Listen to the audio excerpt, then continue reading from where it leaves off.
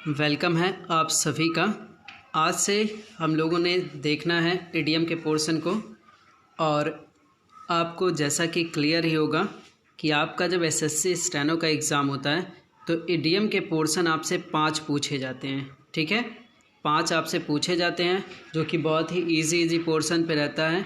और इसी के पैटर्न पे हम लोग क्या करेंगे, एसएससी स्टेनो हो या किसी भी एसएससी के पेपर के सारे प्रीवियस ईयर के, ठीक है, जो इम्पोर्टेंट इडियम्स हैं सारा हम लोग डेली टू डेली डिस्कस करेंगे। याद आपको ये रखना है कि डेली मैं सारे के पार्ट अलग अलग करके दूंगा। जैसे इडियम अलग रिकॉर्ड होके आपको मिलेगा, सिनोनिम्स का पोर्शन अलग रिकॉर्ड होके मिलेगा, ऐसे एंटोनिम्स का पोर्शन अलग रिकॉर्ड होके मिलेगा।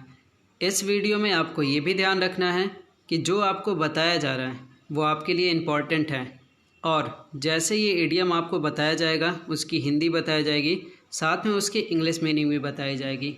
कई सारे लोगों की प्रॉब्लम ये रहती है कि सर हमने हिंदी तो लर्न कर लिया, जैसे एन आई फॉर एन आई का जैसे को तैसा होता है, सर इसकी इंग्लिश क्या होगी। तो आपके पास इस चीज़ की समस्या दूर रहेगी, तो वहाँ आपको इंग्लिश का भी वर्ड मिल जाएगा ताकि जब आपके पास ऑप्शंस आएँ तो आप सही ऑप्शन लगा सकें। ठीक है, तो याद रखना है डेली ये पोर्शन रहेगा, अलग अलग वीडियो में सब अलग अलग मिलेगा। ठीक है, तो आइए शुरू करते हैं। आज पहला दिन रहेगा। ठीक है, तो यहाँ देखिए ऊपर मैंने डे फर्स्ट का पोर्शन आपसे लिया हुआ है और आपको बता रहा हूँ, और ये काफ़ी सारा कुछ इम्पॉर्टेंट होने जा रहा है। आप बस इतना प्रॉमिस करिएगा, जो भी डेली आपको प्रोवाइड होगा डेली आपको तैयार करना। ठीक है, 10 मैं इडियम्स दूंगा जो कि डे वाइज डिवाइडेड हैं, और मीनिंग के पोर्शन में 5-5 दूंगा। ठीक है, जैसा पैटर्न में आता है। ठीक है, तो आपको याद करने का काम रहेगा, और सारे को आप याद कर सकते हैं क्योंकि बहुत ही आसान से ये इडियम है और आपको 3 महीने के अंदर तैयार करना है। तो ये एक बेहतर तरीका रहेगा कि आप तक सब कुछ अच्छे से पहुंच जाए। तो आइए शुरू करते हैं। पहला इडियम देखिएगा जो कि कई बार आपके एसएससी के पेपर में आ गया। ठीक है, एन आई फॉर एन आई, इसका मतलब होता है जैसे को तैसा। ठीक है, हम जब इसकी इंग्लिश मीनिंग पे जाते हैं तो इसकी इंग्लिश मीनिंग क्या है, टिट फॉर टैट। ये आपने कई बार लोगों से सुना होगा टिट फॉर टैट। अभी आप ये भी याद रखेंगे an eye for an eye मतलब जैसे को तैसा। आएंगे नेक्स्ट इडियम पे। नेक्स्ट इडियम आपके पास है at sixes and sevens. At sixes and sevens का मतलब आपको पता है 6 बोल रहा है, ठीक है, 7 बोल रहा है। 6-7 होना मतलब देखिए जैसे हम लोग कहते हैं 19-20 हो गया तो ऊपर नीचे होता ना, ऐसे ही हम बोल सकते हैं कि 6-7 होना मतलब कि चीज़ें क्या हो गई हैं, तितर बितर हो गई हैं, अस्त व्यस्त हो गई हैं। ठीक है, चीज़ें क्या हुई हैं, तितर बितर हो गई हैं, अस्त व्यस्त हो गई हैं। तो अगर हम इसकी इंग्लिश मीनिंग को देखें तो हमें क्या मिल रहा है, इन state of confusion and disorder.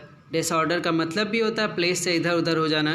ठीक है, आसानी से आप इसको याद कर सकते हैं। तीसरा इडियम आपके पास है a fish out of water. ठीक है, फ़िश की बात हो रही है। आपको पता है जब वाटर टैंक यहाँ पे है या मान लीजिए तालाब है, पॉन्ड है, ठीक है, इसमें अगर मछली है तब तो वो बहुत अच्छे से रहेगी, लेकिन जैसे ही आउट ऑफ वाटर, वाटर से बाहर आएगी तो क्या होगा, उसको बेचैनी महसूस होगा।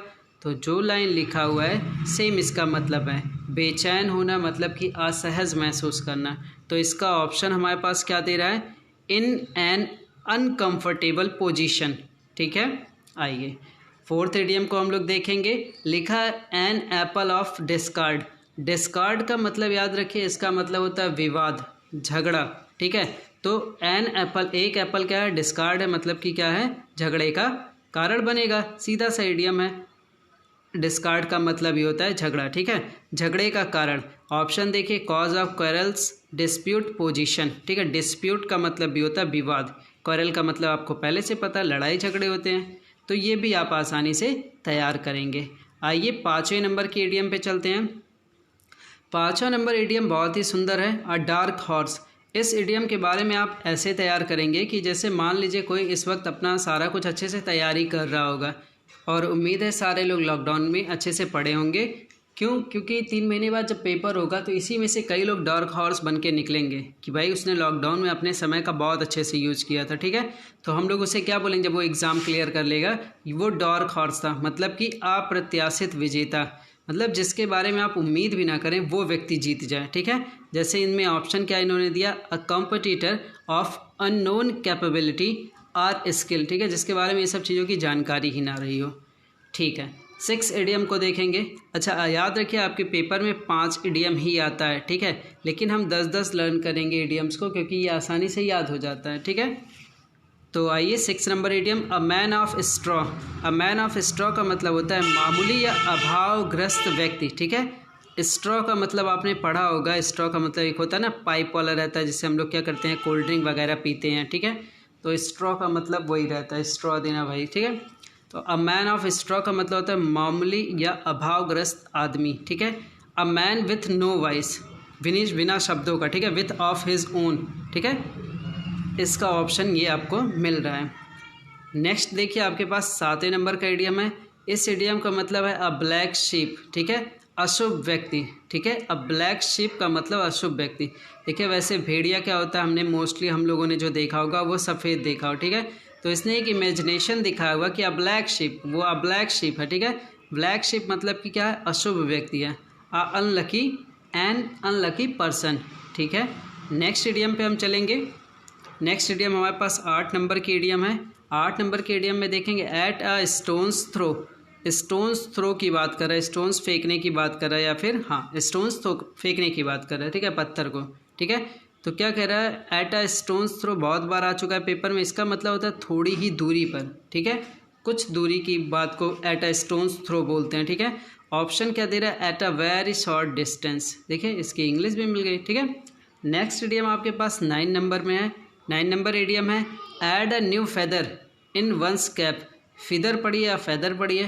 फेदर का मतलब होता है पंख, ठीक है, जो पक्षियों के पंख होते हैं उसे कह रहा है add a new feather in one's cap, किसी के कैप में, या ऐसे सेंस में लीजिए कि किसी में एक नया पंख जोड़ना है, मतलब एक तरीके से उसके लिए कुछ अचीवमेंट रहेगा, कुछ उपलब्धि रहेगी, जिससे उसमें कुछ और भी ऐड किया जा रहा है। तो सीधी सी बात कह रहा है कि कोई नया सम्मान, ठीक है, या नई सफलता प्राप्त करना। अब भाई होता ना कि उसको पंख लग गए बोलते ना, तो जब पंख लग गए तो ऐसे में हमको एक चीज़ समझ में आता है कि भाई उसको उसकी सफलता ही होगी, इसीलिए उसे पंख लग गए। ऐसे देखिए एन अकम्प्लिशमेंट और achievement that one takes pride in, ठीक है, जिस पे वो गर्व कर सके। लास्ट इडियम आज का हम देखेंगे 10 नंबर है to have an axe to grind. Paper में आपको बस इतना ही मिलेगा, एन एक्स टू ग्राइंड, ठीक है। एक्स का मतलब आपको पता है कुल्हाड़ी होता है, ग्राइंड का मतलब होता है उसको रगड़ना होता है, या फिर कह सकते हैं बहुत छोटे छोटे पार्ट में काटने टाइप का, ठीक है, रगड़ने टाइप की मीनिंग पूरी रहती है, ठीक है। एन एक्स टू ग्राइंड का मतलब क्या होता है, स्वार्थ प्रवृत्ति वाला, ठीक है, स्वार्थ प्रवृत्ति रखना, स्वार्थी व्यक्ति भी आप बोल सकते हैं, जिसमें वो अपना स्वार्थ देखे, ठीक है, सेल्फिश मोटिव। ऑप्शन क्या दे रहा है, सेल्फिश मोटिव। उम्मीद है आपको ये वीडियो पसंद आएगा और आपको इसी तरीके से अपनी क्लास को कंटिन्यू रखना है, ठीक है। तो चलिए स्टॉप करते हैं इसको।